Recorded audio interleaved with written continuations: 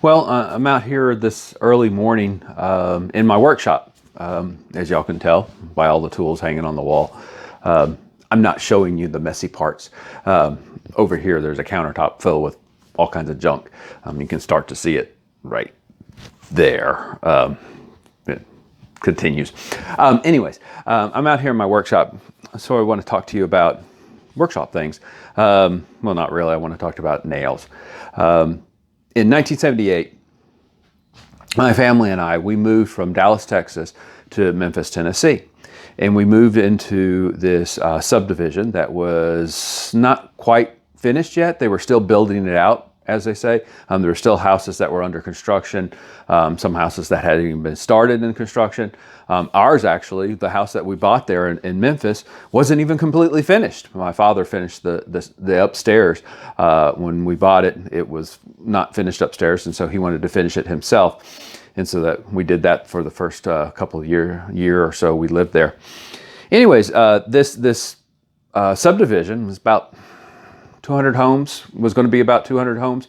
I think it was about 175 when we got there, 150. So essentially what it meant is that in this subdivision, on every street, there was a construction zone.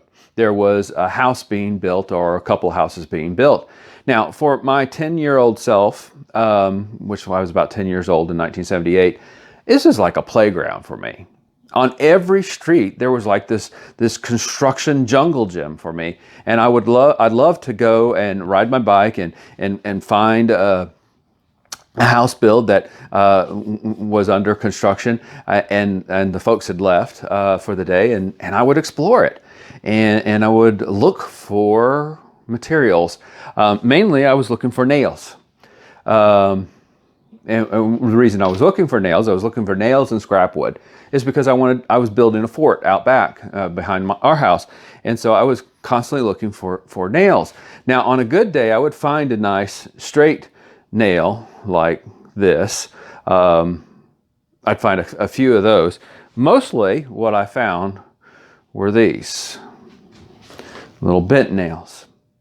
Now, this was before nail guns were popular. So what every construction guy, every carpenter would do is they would take their nail pouch and they would take their hammer and they would fill their nail pouch with nails, and then they would start pounding away, nailing the 2x4s together and what have you. Well, if they dropped a nail, they didn't bother to pick it up. They just let it fall on the ground. They got another nail out of their nail pouch and just went on. So for me, it was like a gold mine. I mean, there are nails everywhere on the floor. And so I would go and I would find the best nails I could. And like I said, on a good day, I would find ones that looked like this. Most days, they looked like this.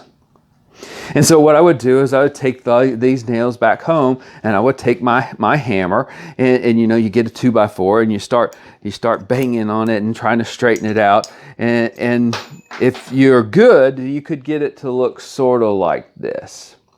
Not exactly straight, not exactly like a brand new nail, but sort of straight enough that you can nail it in and use it on your fort. And so I built a fort out of scrap wood and bent nails.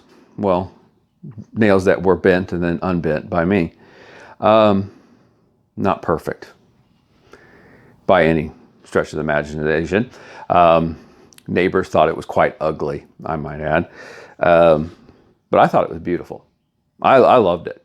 I loved building it. I loved figuring it out. I loved straightening those nails and finding something that was discarded and putting it to good use. And even when my neighbors complained so much that my dad said, hey son, you gotta rip it down. You gotta take it down. I was okay, because what it meant is that I could take and rebuild it somewhere else. And that was the fun of a fort, actually, was building it. Sitting in it was no fun, but building it was all the fun. But I was thinking about that this week. And I was thinking specifically about those bent nails. Those nails that weren't perfect, but were bent, and I've lost my bent nail, and I bent them and made them work. They weren't perfect nails. You had to be careful hammering them. You had to sort of be gentle with them. It actually made me better with a hammer, because you got to know what you're doing to nail something that looked like that, and you bent into something like that, looked like that, into a piece of wood. And I started thinking about these nails that were bent and that I straightened out and that weren't perfect. You know what? We're a lot like these nails, aren't we? Some of us are a lot like these nails. Very few of us are like these perfect nails. Matter of fact, I would say none of us are like these perfect nails. A lot of us have been bent, we've been broken. We have been deemed unworthy by somebody, by the world. And we begin to think that maybe we don't have any value, that we don't have any use in this world because we're like this, because the world tells us that we're like this. And God comes along, and God sees us discarded on the floor. Some carpenter has thrown us away, not even worth picking up anymore. And God picks us up. And God takes his hammer, and he takes a 2x4, and he straightens us up. We're not perfect, still. Never were. We realize that.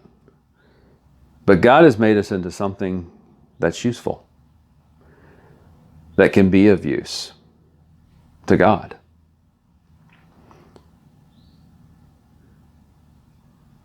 And maybe, just maybe, we can hold our little piece of the world together, bent and all, imperfect and all, because of what God has instilled in us.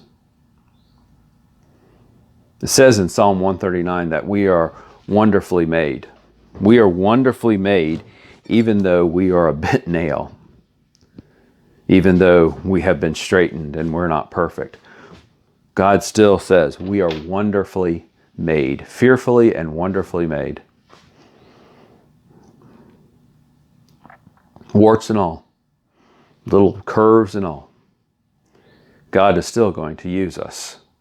God is going to make us into something useful if we'll allow God to do that. Our imperfections will become perfection in God's power. That's what we're told. That's what I believe. And that's what I was doing when I was making those forts. You might be a bent nail that has been straightened and bent and straightened so many times that it's starting to show a little wear. This one's the coating's starting to come off. But you are still of use to our Creator. You are wonderfully made in God's eyes. So remember that as we go into this week, as we go into these months of not knowing what's going to happen next. We are all wonderfully made by God. Now, I started these videos, these midweek videos, as sort of a way to connect between the Sundays. It just seemed so long. I mean, especially when we were all sitting at home between Sunday and Sunday. So I started these midweek videos as a way to sort of connect those two Sundays. Well, we've gone through this and things have changed and things are starting to get back to, well, I'm not going to say normal, but they're starting to get back to some semblance of busyness. And unfortunately, I'm going to have to stop these midweek videos. I'm going to have to start concentrating on other things, of trying to reopen our church, trying what that's going to involve, of trying to get my business back on its feet. Sandy and I are going in different directions and trying to get things going again, like we all are, right? So it means I'm not going to have as much time to devote to making these videos. So this is going to be my last midweek video. I'm still going to do the Sunday videos, and then I'm hoping that when we are back in church that we can still record those for those folks that aren't able to come to church. But it has been great. I thank you all for watching these. I thank you all for taking your time and all your wonderful words of encouragement. I have enjoyed making them, and who knows, if things keep going the way they are going, I might start them back up again. But for right now, need to take a break from them. So thank you for watching. I hope that you have found that these midweek breaks enlightening and calming and of some value. I know I have found calming and value in doing them. And to be honest with you, that's the reason why I did them in the first place. It's because I was so nervous. I needed to do something, and I needed to calm myself down. So I figured others were like that. So I hope that you have found them to be this way, and know that I'm praying for you, and know that you are loved by a Creator in ways that you can only begin to imagine. Even though you might be a bent nail, you are still of value. Amen.